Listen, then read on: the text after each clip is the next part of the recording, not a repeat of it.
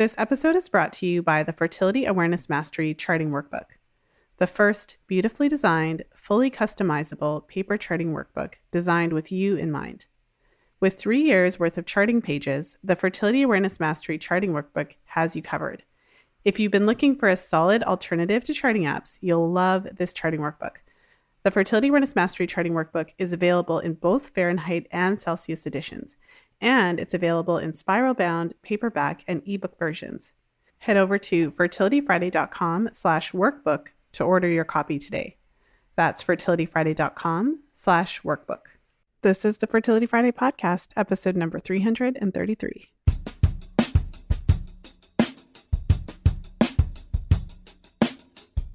Welcome to the Fertility Friday podcast, your source for information about the fertility awareness method and all things fertility. I'm your host, Lisa Hendrickson-Jack. I'm the author of The Fifth Vital Sign and the Fertility Awareness Mastery Charting Journal. I'm a certified fertility awareness educator and holistic reproductive health practitioner with nearly 20 years of experience teaching women to connect to their fifth vital sign through menstrual cycle charting, balancing hormonal health, and optimizing the menstrual cycle without hormones. I'm outspoken about hormonal birth control and its impact on fertility and overall health because you have the right to know how your body works and how artificial hormones disrupt that natural process. I host live coaching programs to help you achieve optimal fertility and health because it's important to have healthy menstrual cycles regardless of whether or not you want to have babies. I'm also a wife and mother of 2 beautiful boys. I know, I'm a busy girl, but I managed to fit it all in. This podcast is designed to empower you to take full control of your cycles, your fertility, and your overall health. And I'm so excited that you're here with us today.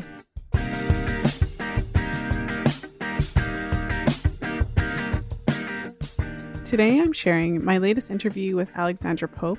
You may remember her a couple hundred episodes ago. In episode 150, I interviewed Alexandra Pope and her colleague, Sjanie Hugo Wurlitzer, authors of the book Wild Power, and we had an incredible conversation. So I'll make sure to link to that episode in the show notes because you'll probably want to have a listen to that. But in today's episode, I'm interviewing Alexandra Pope once again, and we are talking about menopause. And don't forward through this episode or skip this episode just because we're talking about menopause, particularly if you're not there yet. This is a conversation that you're going to want to hear. And the reason why, well, one of the many, is that what I find is that most of my clients, most women in general, we've never really heard about menopause spoken about in a positive way. It's always, I think it's been essentially hijacked. It's always talked about in this really negative way with an underlying assumption that you're going to have all these health problems and it's just going to be horrible and you're going to be a mess and it's terrible. And then there's no real discussion as to what life looks like once your menstruation is stopped, once your reproductive years are over. And because we live in a culture that's very much like, well, you know, your menstrual cycle is only about having babies, it really leaves us with the impression that once we stop menstruating, it's kind of like we've just shriveled up and we're now just waiting to die or something. Now, that might sound harsh, but at the end of the day, that's kind of how our culture portrays it. So the reason that you're going to want to tune into today's episode is to really get into the juicy wonderfulness that occurs post-menopause. Now, I personally am not there yet, but I've been privy to enough of these conversations to actually have a sense of curiosity, wonder, and I guess you could say some degree of excitement for what that phase of life holds when it's ready. Now, don't get me wrong. I'm not trying to rush the process. I'm not saying that I want to go through menopause early, but what I'm saying is when it's time and when my body is ready to go through that phase, I actually feel a sense of excitement and wonder and curiosity about it because I recognize it as a truly amazing transition in life with a lot of incredible potential. And so if that sounds strange to you and you're not really sure why someone might feel that way, this is the episode that you're going to want to listen to about menopause. So without further ado, let's jump into my conversation with Alexandra Pope.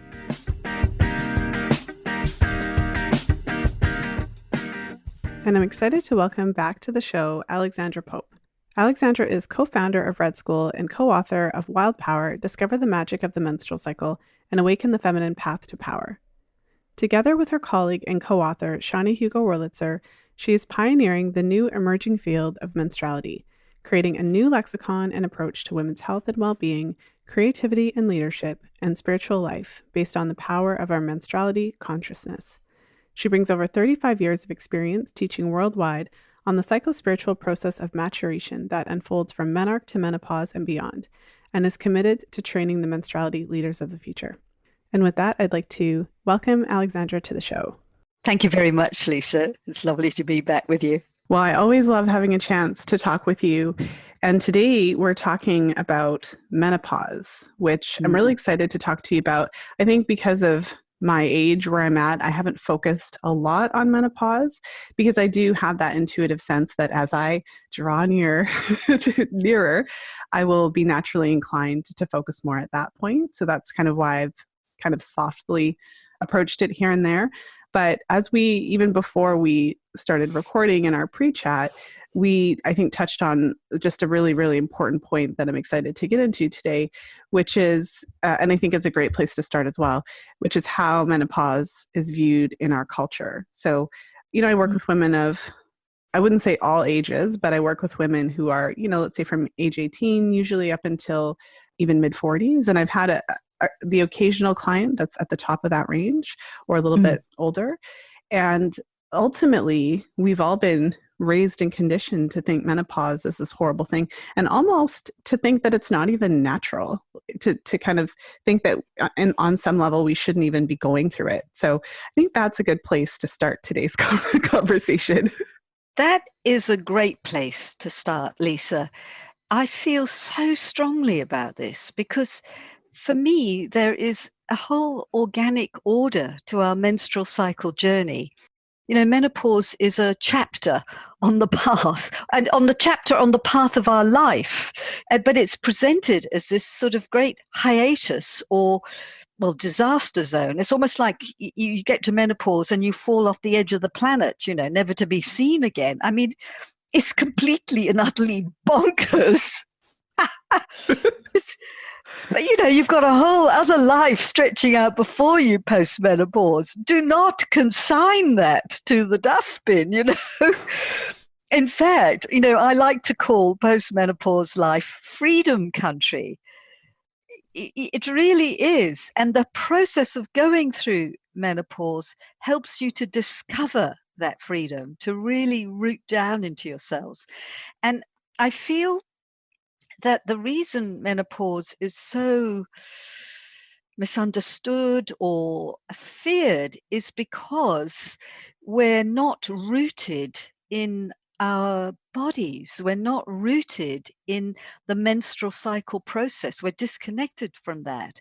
And, I was keen to talk with you because you do such fabulous work teaching women and, other menstruators how to chart their cycles, how to know their bodies, how to use their menstrual cycle to create well-being, as well as to have contraception and to support conception if they want to conceive. So your work is just so exquisite in this process of just learning about how your body works. And when you are rooted in your menstrual cycle and living it each day, paying attention to it.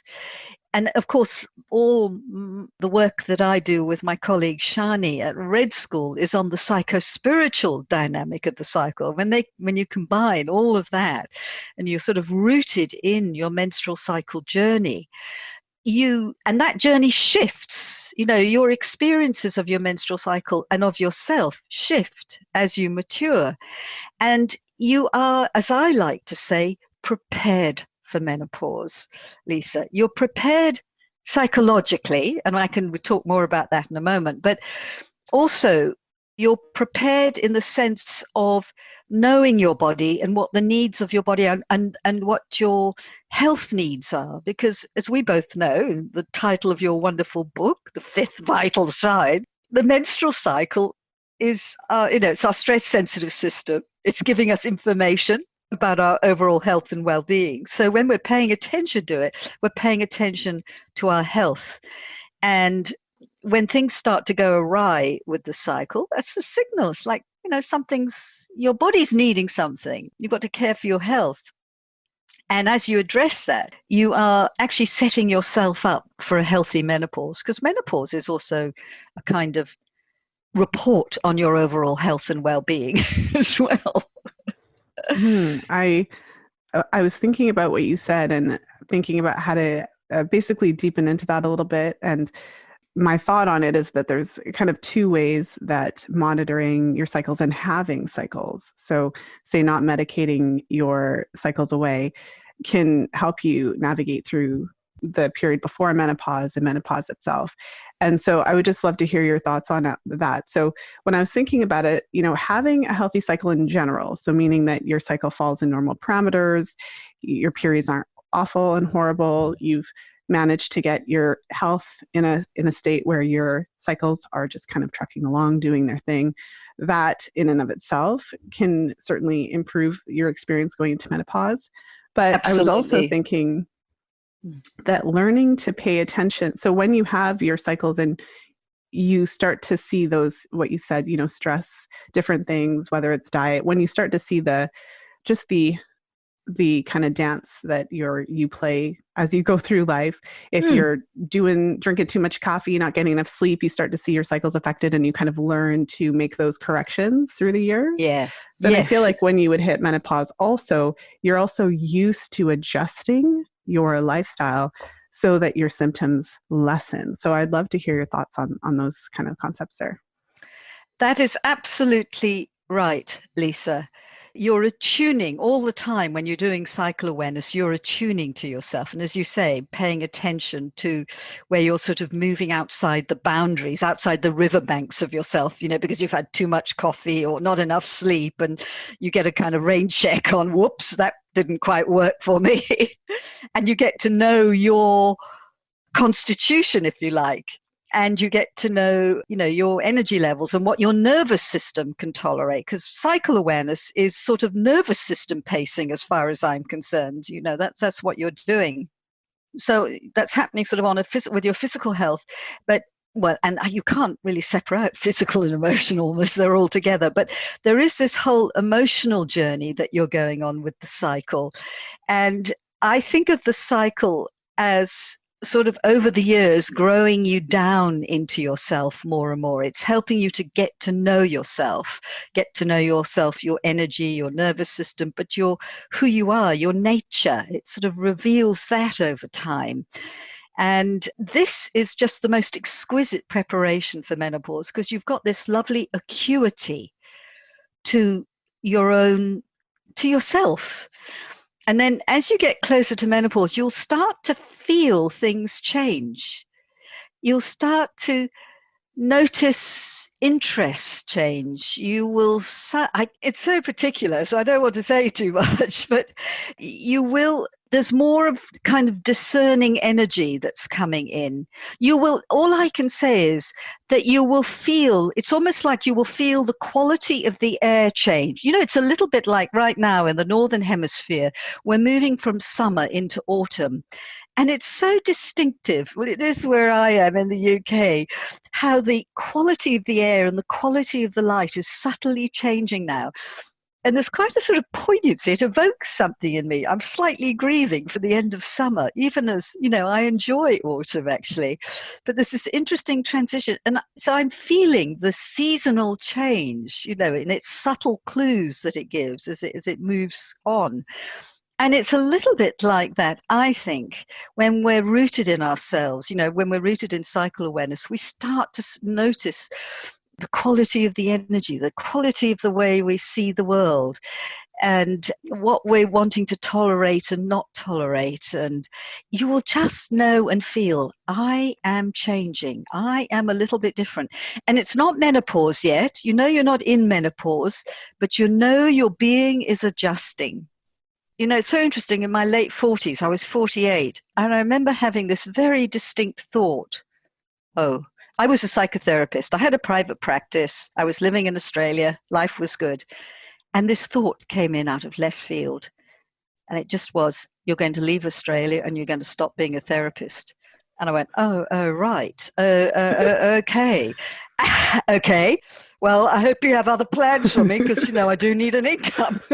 This is whoever's talking. It's a big deal moving back to England. I hadn't been there for 18 years at that point.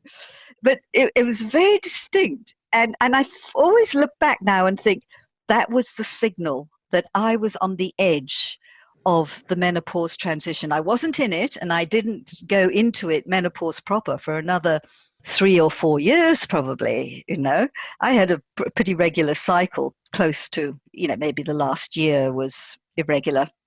But I was put on notice, and it was so interesting how I began to, normal life continued on the surface, but underneath I'm cooking something, and it took me 7 years. And when I did give up my practice and move back to the UK, I was coming out the other side of menopause. It was amazing. Well, that's a beautiful example of tuning in to that inner wisdom and really paying attention to those signs that we all get.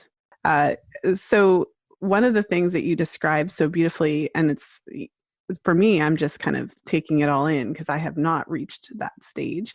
But, can I ask how old you are, Lisa? Am I allowed to ask I'm 37.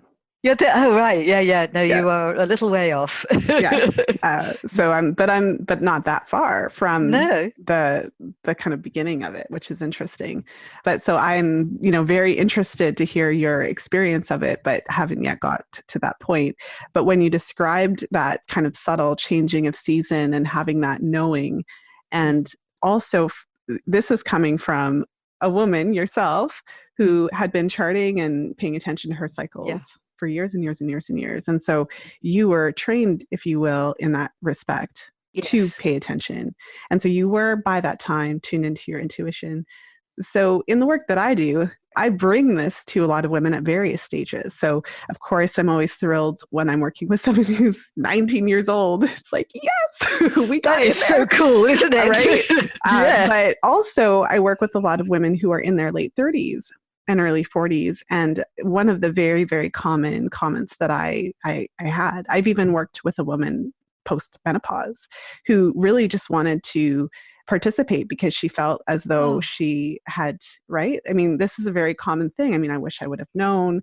I'm so excited to learn about this now, but I'm 40 and imagine if I would have known when I was 20. So my question to you out of that is, for the woman who's listening, who did spend 10, 15 years on the pill, who's learning now, on some level, how to tune into her cycle and starting to chart, who feels that she may have missed out on all of this, these years of cycling, what advice would you give to her to be able to start tuning into that, given that she may not have as many years kind of in the bank, if you will? Exactly, yes. Well, I'm very clear on this, Lisa. I always say to those women, you've had a life. You know stuff anyway. Yes, you've been on the pill and maybe you now regret it, or maybe you don't regret it, but you're very happy now to be doing fertility awareness. And that is great that you're doing that, and dive into it and claim it wholeheartedly. But don't stay in the land of regret. You have lived a life, you have done stuff, you do know things about yourself anyway. That's important to realize because, I have women turning up at my menopause workshops, who are close to menopause or even in it, and they knew nothing. And there is just so much grief. And I have to really strongly remind them that you have lived a rich life. It may have been a complicated life. It may be a life that things you didn't always want, or there were disappointments and things you didn't achieve, but you have still done stuff. And you do know some things about yourself, and you're going to get right now a big education in yourself when you go through menopause. So if you missed out before, don't worry, you catch up when you go through menopause. But it's very, very, very important, wherever you are in this journey, to dignify yourself, full stop, regardless of what you've done. I am fierce on this point, Lisa. Mm-hmm. Go on. Oh, no. I'm glad to hear you say that, because It's certainly a challenge, and of course it's certainly appropriate to grieve and to feel the feelings that you need to feel, Yes. because it's super frustrating. It's no fault of your own that our culture doesn't celebrate and respect this, and this is why you Yes. do what you do and why I do what I do.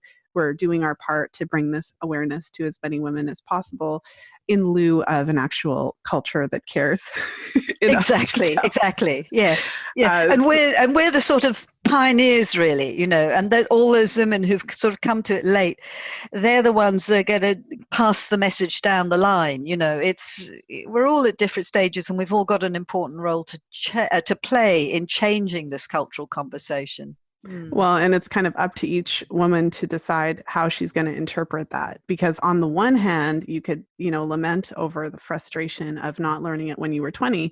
And on the other hand, you could rejoice in the fact that you did learn it now and at, whatever Exactly. age you are, and enjoy the amount of time that you have. And what I hear from so many women as well is, well, now that I know, I'm a force to be reckoned with. All of my Exactly. nieces, I have a daughter, really any woman child that's within 2 feet of me No, is very going to get an education evangelical. I today. love it. Absolutely. There's one thing I think we should address before we move forward. That's kind of the practical aspect of the term. So there was a time before I had a deeper education where I thought the term menopause meant basically the long period of time. I thought it meant this long period of time as you go towards your last period. Menarche is the word for our first period, and menopause is the word for our last period. And so typically when we're talking about this period of time, just so that we have that sense of, there is a word for when you have your last period and it stops. And then there's a distinction between that usually roughly 10-year period before you actually have that, where your body starts to wind down. So if you want to expand on that, or share your perspective on that. And also, I think we should talk about that period of time, that winding down time, and how we kind of associate everything to do with this phase with the negative things that we've heard about Exactly. that time. Exactly.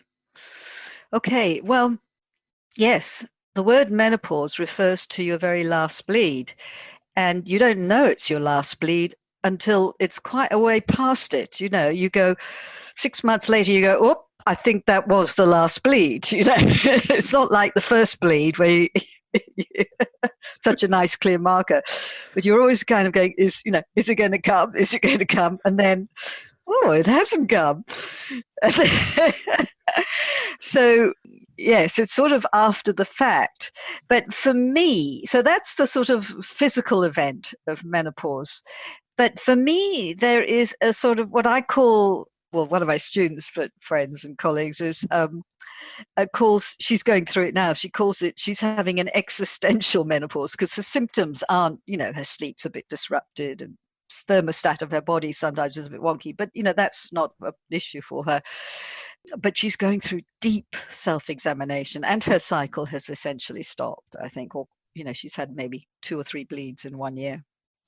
So she is firmly in menopause in her mind, and to my mind she is too, because for me there's a psychological and a spiritual dynamic that you're going to go through. And that takes time. So just as your body has to kind of wind down and adjust, so your psyche is going through a similar kind of adjustment. It's going through a death and rebirth, in short. And so that's going to occupy you sort of energetically, sort of emotionally, spiritually. That really occupies you, which is why most people, menopause women just would like to just say, bye-bye world, I'm out of here. There's food in the freezer. There's something on the stove. I'm not sure when I'm going to be back, but who knows? I might come back, I might not. You feel like that, really. You just go, I'm going. Take care, work it out. I'm not here for a while. It's really, if they could, that's what we'd all be doing. Fortunately, we can't, but we have to find a way of sort of retreating, even within the context of the fact that we have food to put on the table for our children, a job to do, etc., etc. Because it is, I like the image of the caterpillar going into the chrysalis and then coming out the butterfly. That chrysalis time for me is menopause. And that can be anything, could be 2 or 3 years, that process where you feel as though you're away even though you're sort of in the world doing things, you're away.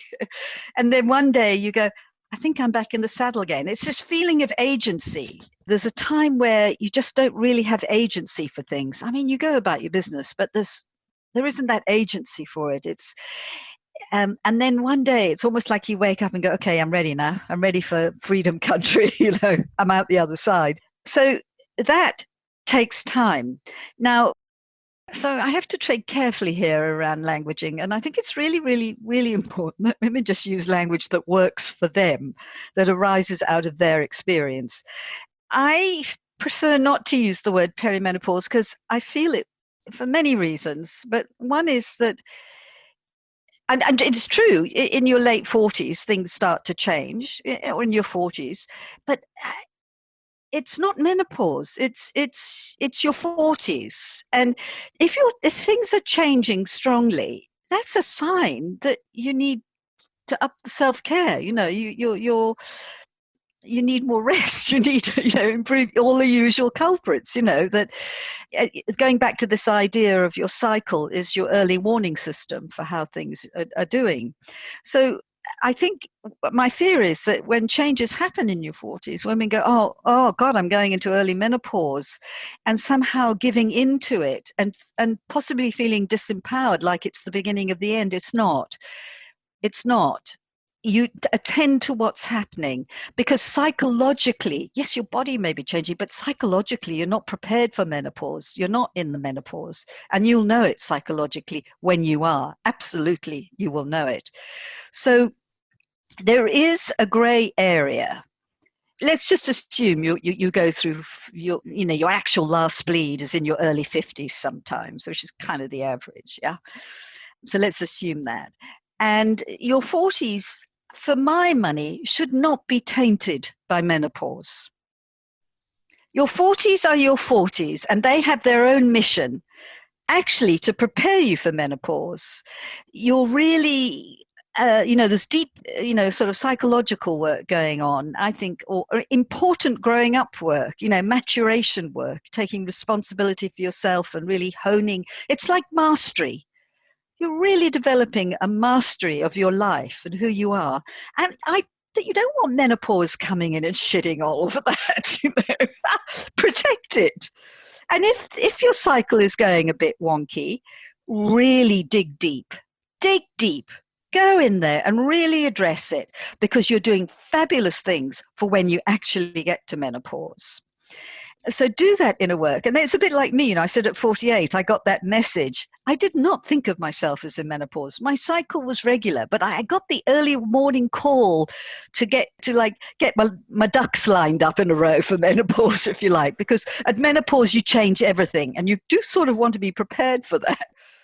I always feel I want to say to women, have some money in the bank. Build a savings account, because I'm going to tell you now, when you get to menopause, you are going to want to just piss off for a while. And you do need to have some money in the bank to do that. Sorry, my language is not. But it does feel like that. Yeah, but this is some important wisdom. I mean, what I think is really missing from this conversation. So in the work that I do, obviously, I'm teaching women to chart their cycle in a very specific way. So it's different to just monitoring and noting your period. And so you get really into the weeds with, your cervical fluid and all of these details. Oh, yes. And so I walk a fine line, as you can imagine, between straight up OCD.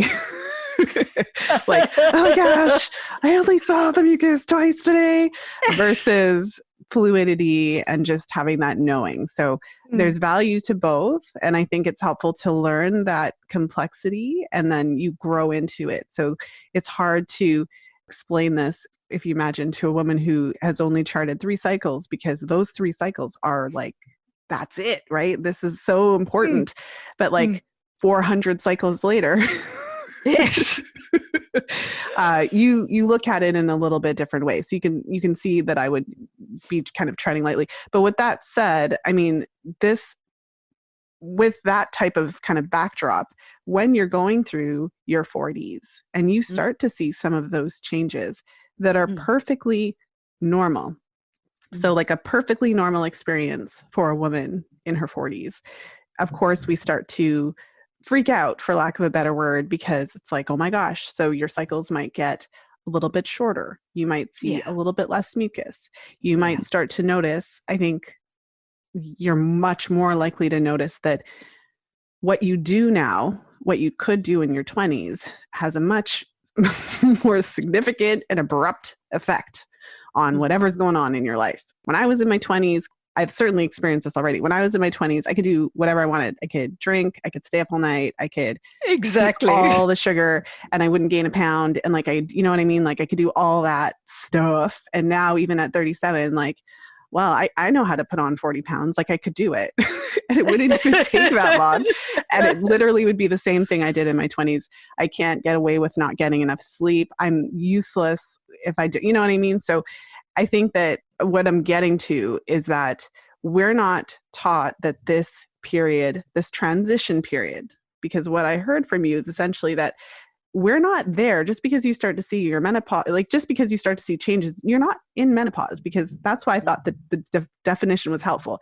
Menopause is the word for your last period. And so when we talk about that pre-menopause phase, that phase is a legitimate normal phase.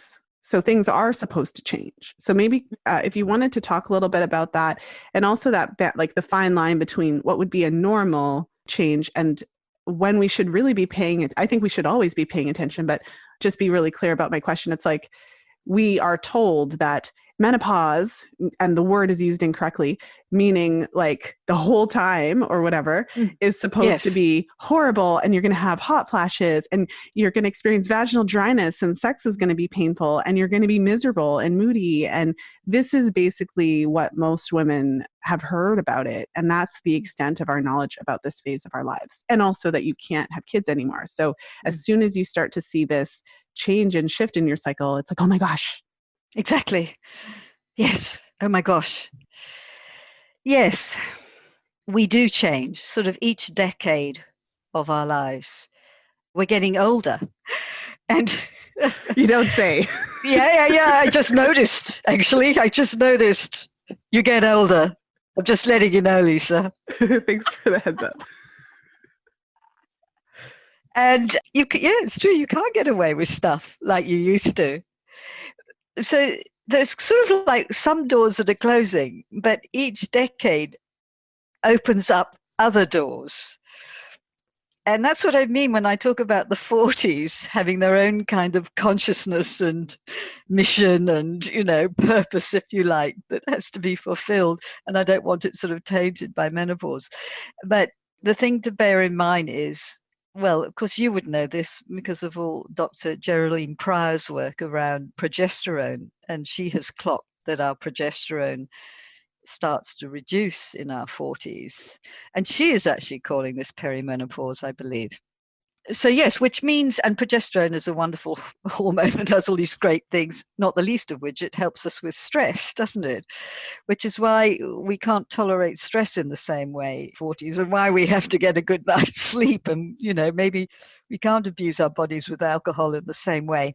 So yes, we're going to be relating to ourselves differently in our 40s.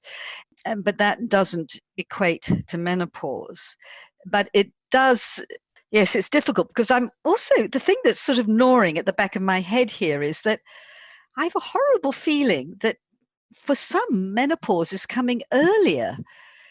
And you see, the thing, I may be going off on a slight tangent here, but I want to name this. But I feel that menopause symptoms are increasing and actually are coming earlier, and that women are going into earlier menopause. And that surely has to be a statement of, one, the huge amount of stress that we're holding in our beings, which is a cultural thing. No one should blame themselves here, on the contrary. But the other thing I'm very concerned about is the level of environmental pollutants and how that affects our hormonal system. And I just want to signal those things. And however, one has some control over those things if one makes some very clear choices around one's health. So if you're feeling like you genuinely are going into an early menopause, in your 40s, then I would really address those kinds of things. I mean, all what you speak of in terms of creating health in your book is very, very important for supporting that. Now, I think I've slightly drifted from your question, so let me see if I can get back into. Well, no, So, I mean, that is a really important point, and I'm glad you acknowledged that because I don't work with enough women in that age group, and I haven't had the experience in that particular age group to make a statement like that. I've been working, so there's certain yeah. trends I've seen typically in younger women. I've certainly seen more. I feel that from when I started in fertility awareness, a lot more women are on birth control for longer periods of time. And that lends itself to certainly a more significant transition period when you're coming off of hormonal contraceptives and different things. The jury's out. I don't know what type of effect that has on menopause. There's a myth out there that if you're on the pill for a long time, you're not ovulating, and so it preserves your eggs. And that's not a real thing. Sorry for anyone listening if I'm the one who mentioned that to you. So there's no evidence in the research that is the case at all. There are practitioners who say that, but your observation that women kind of overall may be experiencing these symptoms sooner, and it could be related to environmental toxins and stress. And I mean, it's not out of the realm of possibility given that we're seeing such a rise in infertility, women with cycles that aren't normal. So I feel like all of these are kind of greater signs of our general decline in health.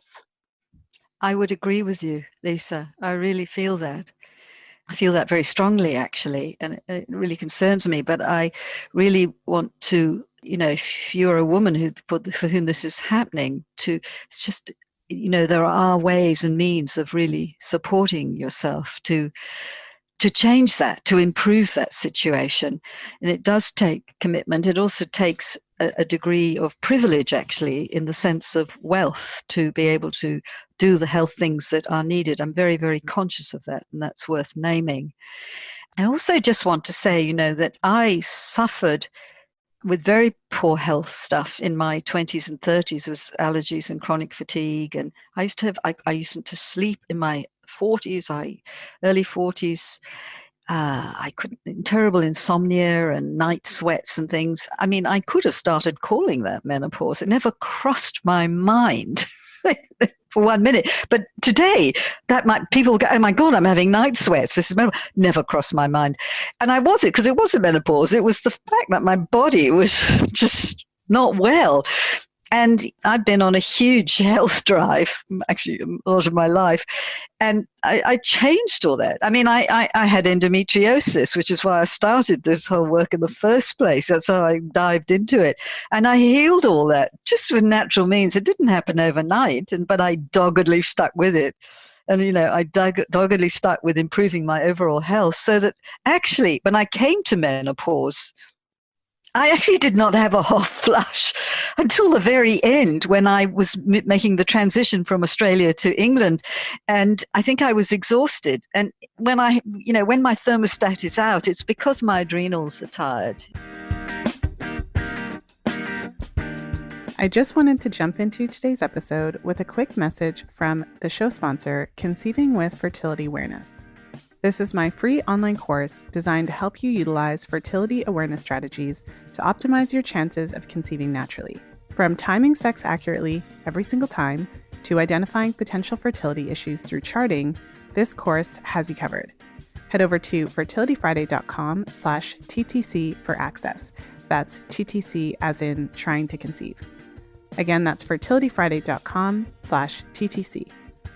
Now let's jump back into today's episode.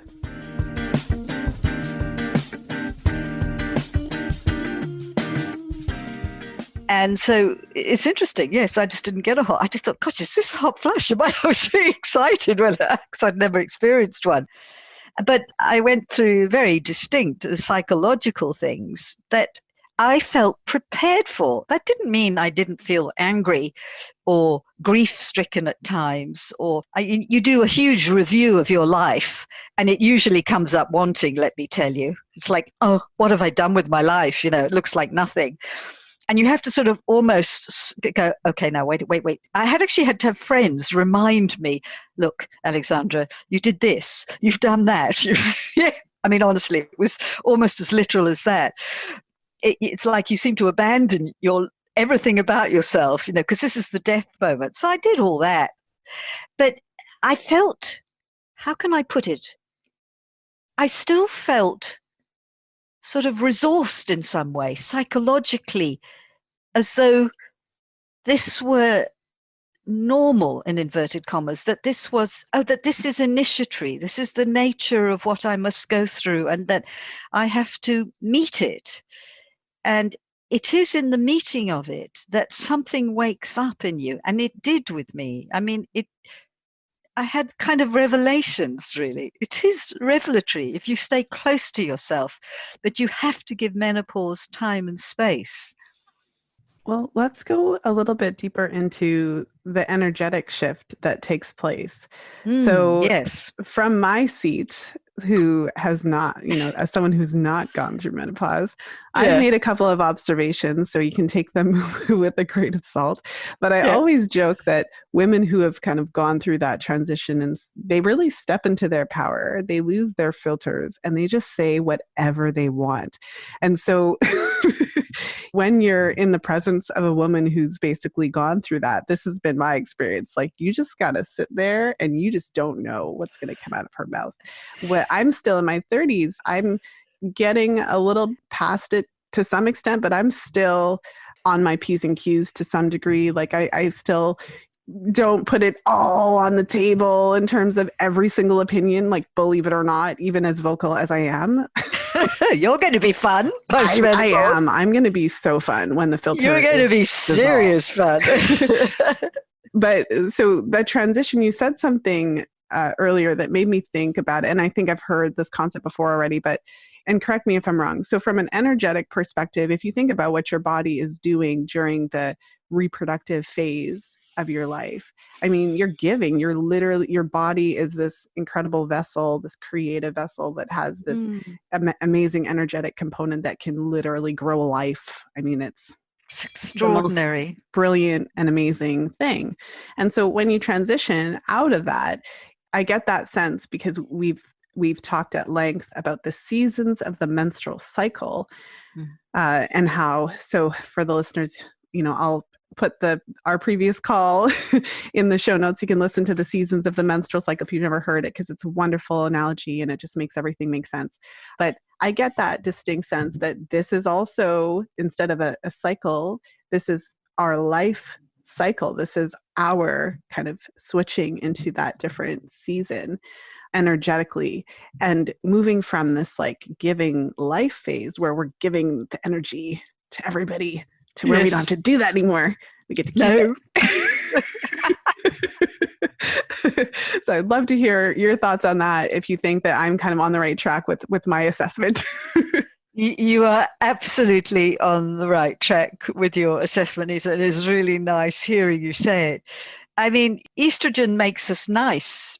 It makes us pull our punches. And now we don't have that estrogen in the same way. And so we say it how it is. So you are right. We lose our filters and we do step into our power. And it's quite a responsibility, that actually, which is why I think the process, the psychological process we go through at menopause is very important, because we can still abuse power post-menopause. I've lost my filters to a greater extent. I mean, I'm still thoughtful because I'm smart. I was like, I choose my moments because it's important, this actually.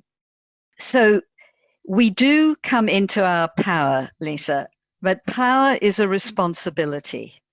I have to use that power thoughtfully and wisely. I feel like I have this very powerful sword, very sharp, powerful sword.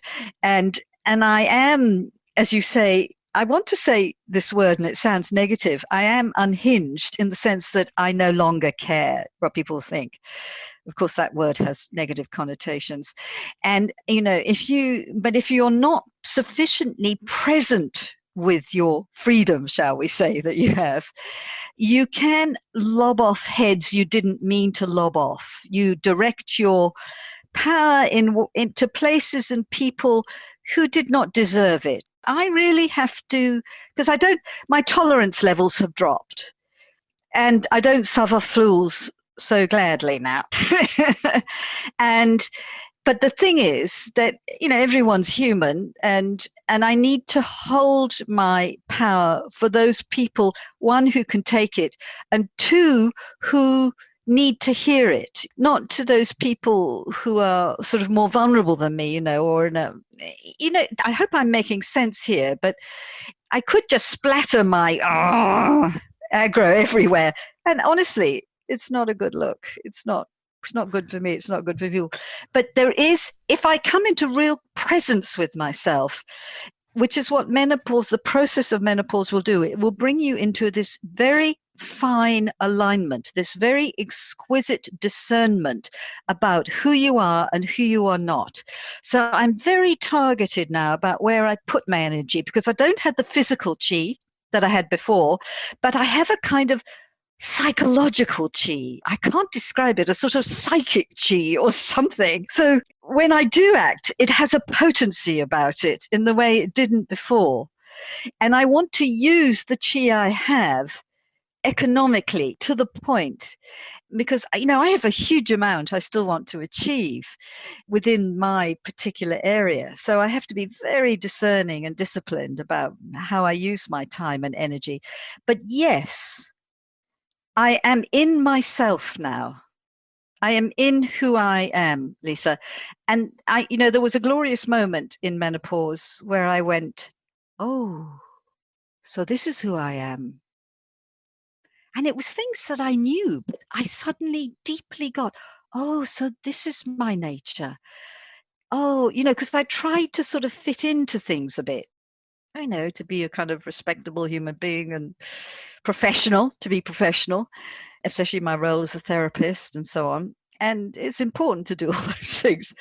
But I really got my particular style, my particular nature, my particular brilliance. And that was the biggest liberation of all.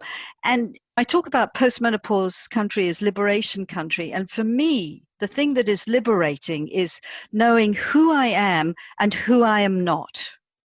That has just freed me. And on top of that, anointing who I am as just fine.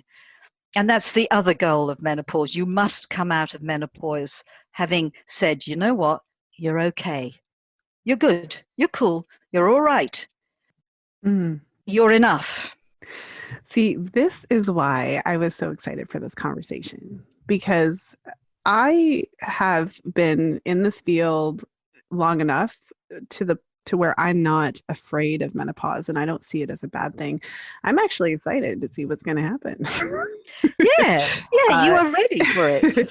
And of course, when it's time. And so living my life with every intention of keeping myself healthy and ovulatory for as long as it suits my body, because of course, that also has a lot of benefit. Thank you so much for that description. I feel like everybody who's listening should just go back, whatever that was, 5 minutes, and listen to it again and again and again, because that was magical. Because then from your perspective, of course, it's a time of transition. And so that's really what I was getting from you earlier in the conversation when you were talking about some of the changes. And even a little while ago when you mentioned kind of this period, I don't think you used the word foggy, but kind of this period where you're not really one, but you're not really the other. Right? Yeah, I just call it the transition time. And it's probably the hardest time, actually, to be honest, because once you're in menopause, you're sort of held by menopause. Menopause has its own kind of dynamic that's holding you. And there's, I write about the 5 stages of menopause. It's kind of like a map. And when you understand that, and you understand you're going to move through these elements, you feel sort of something meaningful at work. You feel held in something in the way that you feel held in your cycle when it's happening. But when your cycle's breaking down, but it's not menopause yet, that's a real nothing territory. That's kind of weird. And I think women are often most lost at that point, actually. Well, and you mentioned that it's this natural stage of preparation, this initiatory Yeah. stage that takes you into it. And then when you described menopause, so when you are there, that it's whatever analogy suits you, if you're hatching, if you're awakening, but it really sounded like you step into your power, deepen into yourself, into your knowing of yourself in a new way. And I loved how you described the change in energy. So from what I heard you say, there was a shift in your energy in terms of how you described your chi, but it Mm. wasn't in a negative way. It was just that I feel that the energy I have, I just have to be kind of more protective of it. I love when you said estrogen makes us nice. And also that kind of analogy that with great power comes great responsibility. But really, that idea that you are powerful. This is a time when you've come into your wisdom. It is a natural phase of our lives where if we are ready for it and we are aware that it's a natural phase and we're rooted and grounded in who we are, then we have the potential to, even expand and just become a greater version of ourselves. And that is never talked about anywhere. It is just almost this idea that you're just like a prune and you're just shriveling up and you're just about dead. And because you can't have babies anymore, you're basically useless because that's all you were here for anyway. Like, this is like how our society basically treats women and does not acknowledge this incredible stage. And so now for all the listeners, when you are in the presence of an amazing woman who has gone through her transition phase and she's stepping in her power, and you can feel that, this is what I think we should remember about it. And this is literally the reason why I don't fear menopause. And I try to impart these positive notions of menopause to my clients. And of course, now on the podcast, because really it, in many ways, is a stage to look forward to. It is. And in fact, I remember a moment where I felt I had outgrown the cycle and that I didn't need it. And it's interesting. I now joke about the menstrual cycle as my training wheel years, getting me learning to ride learning to ride the cycle of myself. And now I don't need those training wheels anymore. I know who I am. I can freewheel along without that prop anymore. Wow. So yeah, you outgrow it. It's like, oh God, I'm bleeding again. Do I need that? No, I thought it. I don't need this anymore. Now I'm a different person. It's so interesting because you are maturing, and when you're in your early 40s or wherever, you don't have that level of maturation to feel you're not ready to let go of your cycle. That's why age is important. You say age is a significant component. But I love just your phrase, a greater version of yourself. It's just really lovely hearing that fed back. You come into a greater version of yourself. Oh, I feel we're not taught to trust our bodies, Lisa, and therefore trust ourselves.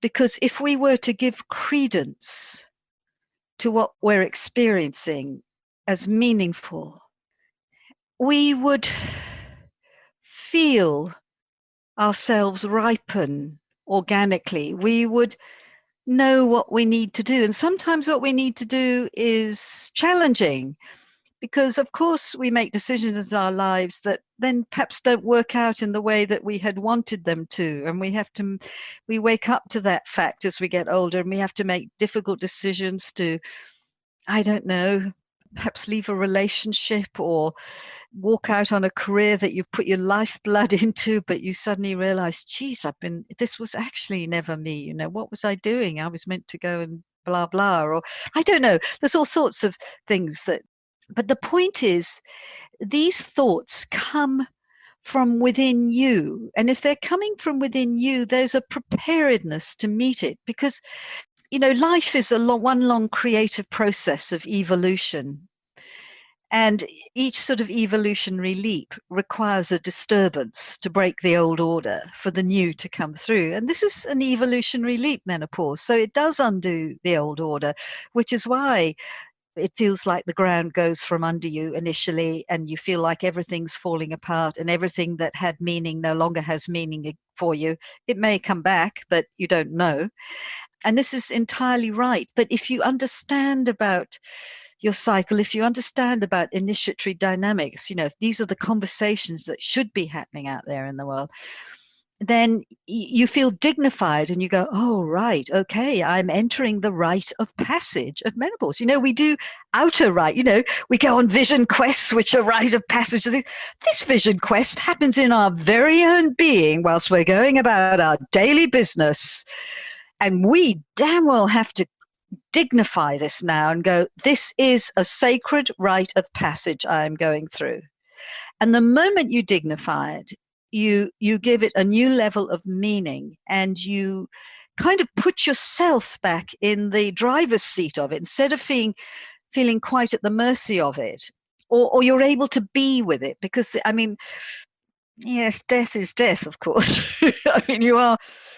I'm very aware of that initial phase of sort of falling off the edge of the cliff. But the thing is, if it was properly recognized as a rite of passage, and if women were educated in this, so we go, oh, wow, yeah, I've just entered menopause, I'm falling off the edge of the cliff. Time for me to abandon normal life. This is the point where you go, I have to leave, folks. I'm going on my sacred quest of menopause, and I'm not going to be around for a while because I have to go into the underworld of myself. I've got to die for a while and forget who I am, and just wait in the dark for the new seeds to sprout. It's like the thing of the seasons, you go into the winter for a while, the end of your menstruating years, and just like winter, the surface is completely quiet, but underneath the surface there's all this mystical, magical reparation going on and repair, but you just have to hang out. It looks like nothing's happening on the surface, but you just know you can't move. You just know, I just don't want to go anywhere. I don't want to do anything. Can you just leave me alone? It's that kind of feeling. And it's because there's this deep inner process going on, and you just know you're being occupied by something, and you just need to be with it. And so much of that reactivity and angst and everything at menopause is because women are trying to do normal life, or people are expecting of things of them in the same way when they're going through a profound process. And then after a while, there's a sort of repair phase you go through, because you realize at menopause, you just realize you get this huge insight into the condition of your body and your life. And you've got to do some repair work and go, oh, okay, what was I doing that for in my life? That's going. You throw out so much, let me tell you. I culled. Literal things I culled, but people will get culled. Jobs will get culled. Everything will get culled. I just wanted to get rid of everything. Clothes, books, culled. And I adore books. You just want it all to go. And then you're kind of waiting. You're waiting for the return. And it's a visionary time. You're in liminal space, Lisa. You've got this expanded consciousness. You really do go into an expanded consciousness. And you'll just get downloads, you'll just get knowings. And for a while you can't do anything about it. You think, oh yeah, that's a great idea. That's definitely what I do, but you can't move on it because there's just the chi isn't there yet. You're waiting for the well to fill up. And so one of the most profound things to do at menopause is just rest. Let go, rest, let the body do the work, like let the earth do the work in winter. Instead of pumping it with fertilizers, just let the earth repair. That's what's happening in your psyche. You need to rest. I feel like I've had some deep insights into menopause in our conversation. I feel like as you were talking and describing it, really, it would seem that every menstrual cycle that you have is a very like a mini version of this. Every menstrual cycle. Precisely. Yeah. Yes. And so when you go through your seasons and you go through your premenstrual and then your fall, your autumn, and then your winter, and it's a smaller version of that, depending on what's going on in your life, it can be extremely emotional. And I've mentioned on the podcast before that The cyclical nature of my cycles has certainly led me to make changes, relationships, careers, different things, because there's at least one point in my cycle where the frustration will be too great to ignore. At least there's that. I describe it like a secretary coming to your office like every month and just throwing everything on the desk and like, deal with it. And then she closes the door and runs off. And so it's the way that you're describing it sounds like a seasonal kind of point in your life where this is all brought up, but in a much deeper way. And obviously it's not a menstrual cycle. So it's not just like a couple days and then it's over. It's like whatever period of time that it takes in order for this. So it does sound like this incredibly profound opportunity in your life. If you, as you said, think of it as this rite of passage. And so I really hope, and I know that this conversation will really shift the way that pretty much everybody who listens to this episode thinks of menopause. And for that, I am just completely thrilled. Well, thank you, Lisa. It's just so lovely to hear you say that and to have the opportunity to speak about this. And I think there's one more thing I want to say here. I want to empower women to know for them to nominate when they feel they are in menopause, because often they say to me, what are the signs you're in menopause? And I just want to say, you'll know. You'll know. But just pace yourself. I want to say, don't push yourself into menopause early. Don't just when the first signs come, changes come, don't think, oh, this is menopause. Just pace them for a while. But there is a moment where you will know, you know what? We've left normal country. We're now out in we're in this unknown right now. This is it. And there is one thing I jokingly say, which is that I can spot it in women who are getting close to menopause. They become dangerous. They can't censor themselves. They just don't give a, and you'll know what I'm going to say next. Suddenly the filters drop away. I can see it happening, and I go, yep, she's that. I can see it's on the way. It's definitely. I can totally see it. It's like you just get this like power and insight while also losing your filter, and then you haven't quite learned how to navigate it yet. Yes. Like and it's like, whoops. Yep. Don't catch her on like a bad Thursday or something. It is. It's really funny.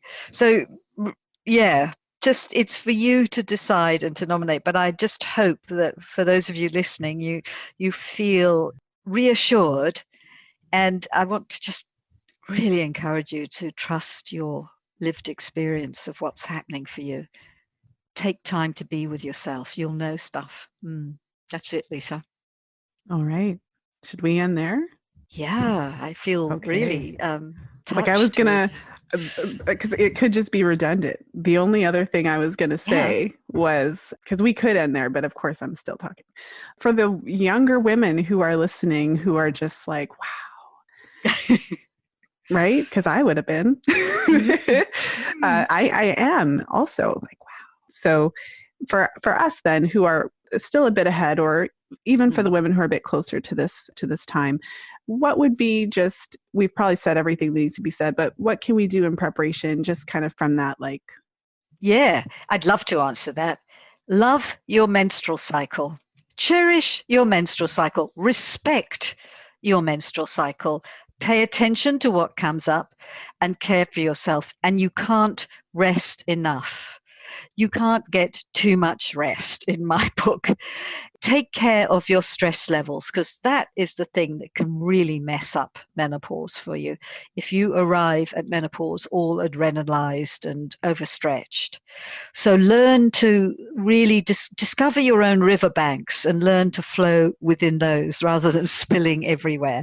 And when you're practicing cycle awareness, you're really learning to stay within within the riverbanks of you, so to speak, of your nervous system and energy levels. That is what I would recommend. Love. I'm glad that I asked. Good I could talk question. to you all day. And every time we have an opportunity to talk, I just feel like I'm getting the opportunity to tap into your wisdom. So thank you so much for coming on the show. I really love it. I love our conversations every time. Could you share with the listeners where they can go to learn more about you, what you do, your books, and also your upcoming program? Absolutely, Lisa. Well, we have a website, redschool.net, where you can find out about all our programs. We've got a lot of online stuff, of course, in this time of COVID. We have trainings and for people who want to go deeper in this work, but we also have shorter programs. And one of those is a 6-week live online menopause course, which will be coming up. The free call is on October the 20th, and the first session actually begins on November the 4th. And if you're really wanting to get the heads up, really on the sort of deeper process of what I've been referring to here in this talk, this course will really take you through that. And you can join it if you're not in menopause, because it's when you come on the call, you can learn about it, but it sets you up really well. And the important thing is that you have lifelong access to it. So you can sort of jump on the course now and keep revisiting it. You can do it live again each year, or you can just check in with it whenever you want to. So you have ongoing access, which is a real bonus. There'll be a link for that with the podcast, I believe, to that course. And then there's our book. So if you are happily menstruating away, the thing that you need to read is our book, Wild Power. And now I can't remember the subtitle. I never can discover the magic of the menstrual cycle and awaken the feminine path to power. That is a mouthful. It is a mouthful, yeah. A good mouthful. It's a good mouthful. And that book is, we're so proud of that book because it was such a huge download to really articulate the initiatory dynamic of the menstrual cycle journey, the psychological forces and the spiritual forces at work. And this is your preparation for menopause, to really kind of bed down into this knowledge, to understand what happens at menstruation, because you referred to how you do a sort of mini runs in preparation for menopause. You do that sort of in your premenstruum and at menstruation, what happens in that dynamic. So I would heartily recommend, if you're sort of wanting to go deeper with this, to get our book, Wild Power. That's one of the best places to start. Yes. Well, we will definitely link to all of those places in the show notes. And certainly in the show notes, also, I'll link to our previous episode where we really went deep into the seasons of the menstrual cycle. And that conversation was so informative. I quoted from that conversation in the 5th vital sign. And of course, you go into so much more depth in your book, Wild Power. And so it's just essential reading for every woman and every individual who menstruates on Earth. Yes. And the men should also read it, but it's a little bit less, what's the word, like critical, like it's a little bit less acute for the men to read it, but they should also read it too. Yeah, we've actually had 1 or 2 men read it and write to us about it. In fact, one man read it through 4 times. I could see that. He really was like, whoa, whoa, whoa. He was really, we were blown away actually by that. I just want to add that you can also find us on Instagram and Facebook, all the usual places. Yes. Yeah. Well, yes, we'll make sure to link all of those places. Thank you so much for being here. This conversation was so powerful, and I'm just so thrilled to be able to share it. Thank you very much, Lisa. It's been my utter pleasure to engage with you. Really delightful. Thank you for listening. If you enjoyed today's show, please share it with a friend. You'll find the show notes page for today's episode over at fertilityfriday.com/333. I hope that you enjoyed today's episode with Alexandra Pope. Mind-blowing, right? I just love being part of these fantastic conversations. And I'm so glad that I was able to share with you.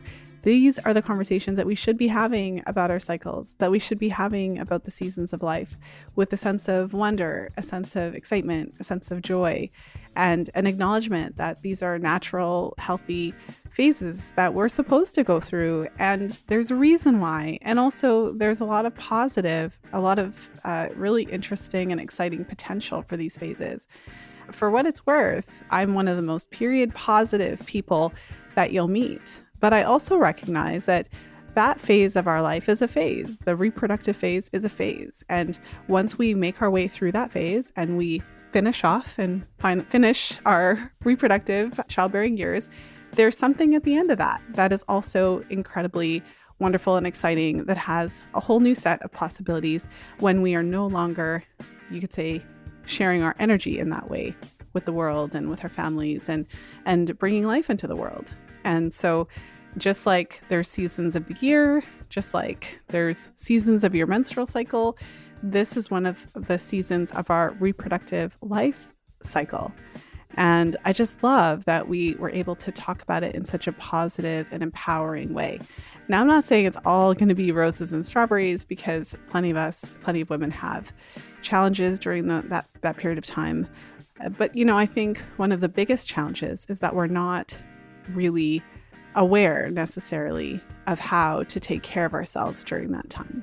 We're not really aware of that connection between our menstrual cycle and our overall health. We're not really looking at the menstrual cycle as a vital sign. And so we accept horrific pre-menopausal symptoms as just par for the course, kind of the same way that we accept period pain. And we don't really look deeper into that. I mean, unless we're forced to, because the symptoms are so bad. But I hope that you enjoyed this conversation. I hope that it really opened up some possibilities for you. And ultimately, what my hope is for this conversation is that it gave you a different version of menopause. And it took it out of this dark, dreary box of horribleness into an interesting phase of life that actually has some really exciting possibilities. And so that's my hope for this episode. So we'll be talking about this on social. So you can find me at Fertility Friday on Instagram, because I definitely want to hear what you thought. And I'm excited because I really do, from my experience, feel that most women have not heard menopause talked about positively. It's just not a thing. And so if this is the first time you're hearing of it spoken in that light, then I'm really happy to have been I guess the impetus for that, the channel for that, I guess you could say, literally the podcast channel for that. So yes, so with that said, I hope you have a wonderful day, week, weekend, whenever you are tuning into the episode. And I hope that you share this episode with your friends if there's someone who you know will benefit from it. Again, the link to this episode is fertilityfriday.com/333. And of course, as always, until next time, be well and happy charting.